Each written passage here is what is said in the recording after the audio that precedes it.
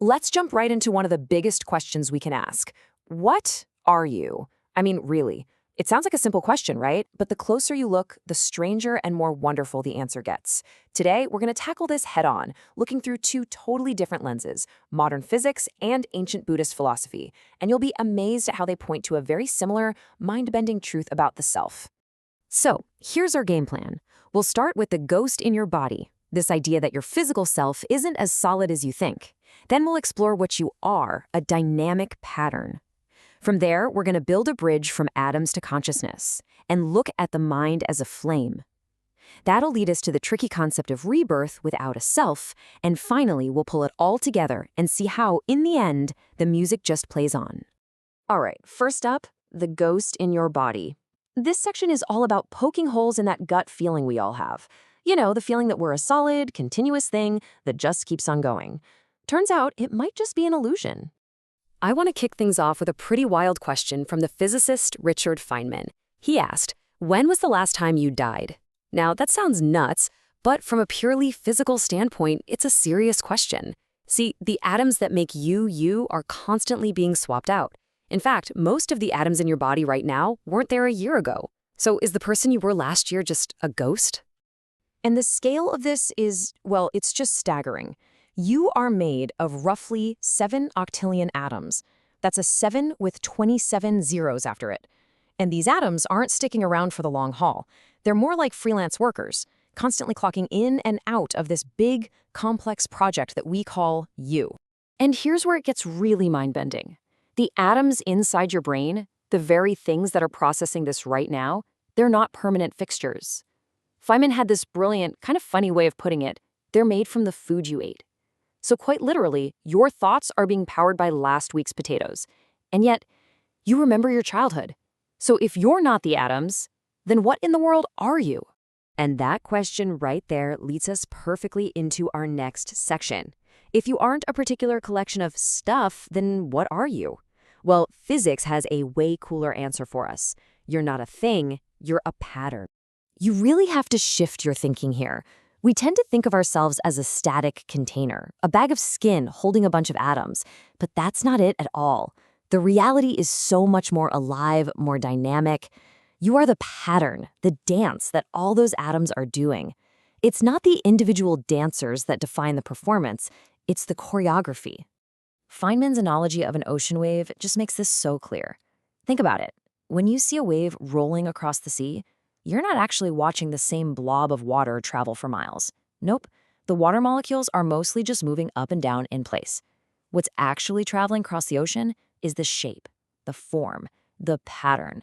A wave isn't a thing, it's a behavior. And you, my friend, are just like that wave. This quote from Feynman just nails it. The atoms are older than the mountains. They're ancient, they'll go on. The pattern, the person, is temporary. It emerges, it dances, and it dissolves.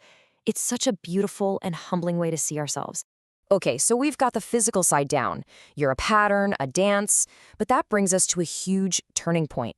What about the non-physical part? What about, the thing that's aware of being a pattern?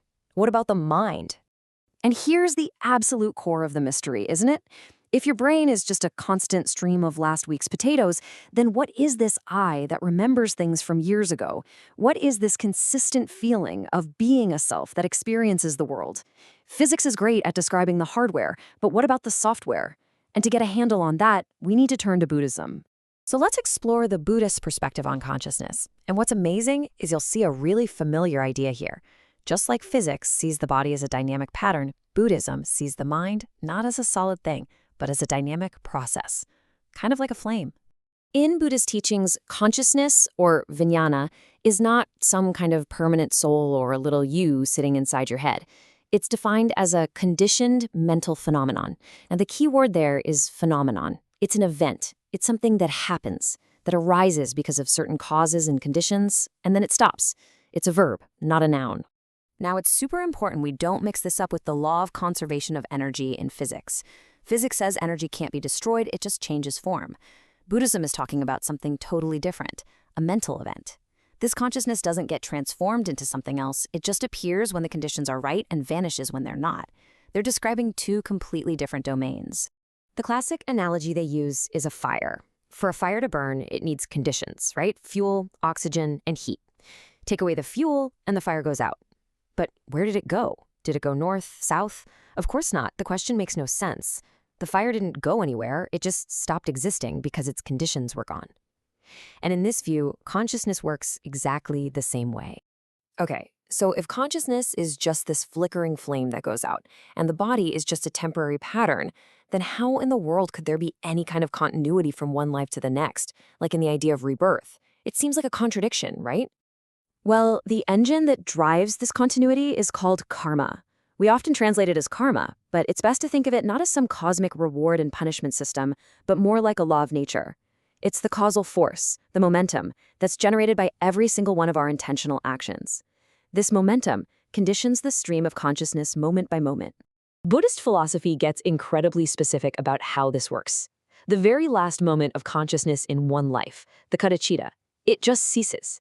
And in the very next instant, with absolutely no time gap, and with no soul or entity traveling anywhere, the first moment of consciousness in the next life, the bodhisattva, arises.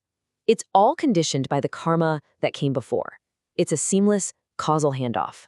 The best way to picture this is with a line of dominoes. The first domino doesn't get up and run down to the end of the line. It just falls and transfers its energy to the next one, which transfers its energy to the one after that. The motion continues all the way down the line, but no thing is actually passed along. That is causal continuity. It's the transfer of momentum, not the transfer of a thing. So now, let's bring it all home. Let's pull these two incredible perspectives together. We have physics and Buddhism, which developed thousands of years and miles apart, and yet they seem to be painting a very similar and honestly a very radical picture of what we are. When you put it all together, the parallel is just stunning. Physics tells us our atoms are never lost. They just get recycled back into the universe, ready to form new patterns. Buddhism tells us the stream of mental energy isn't lost either. It just continues, conditioned by the past, creating a new life. Both are telling us the same fundamental thing. The basic components are never lost, but this specific, unique pattern that you and I call me, well, that's temporary. And I really cannot think of a more perfect way to wrap all of this up than with that beautiful line from Feynman. The dance changes, the music plays on. The specific dance, your life, my life, this fleeting pattern, is temporary. But the music, the fundamental stuff of reality, whether you call it atoms or causal energy, it just keeps on playing. And so that leaves us with one last big question to sit with. If you are not a solid, permanent thing, but a dynamic, ever-changing pattern, what is it that makes you, you? What's the thread that connects the person you were 10 years ago to the person listening to this right now? The answer isn't simple, but it's a beautiful mystery to think about. Thanks for joining me for this one.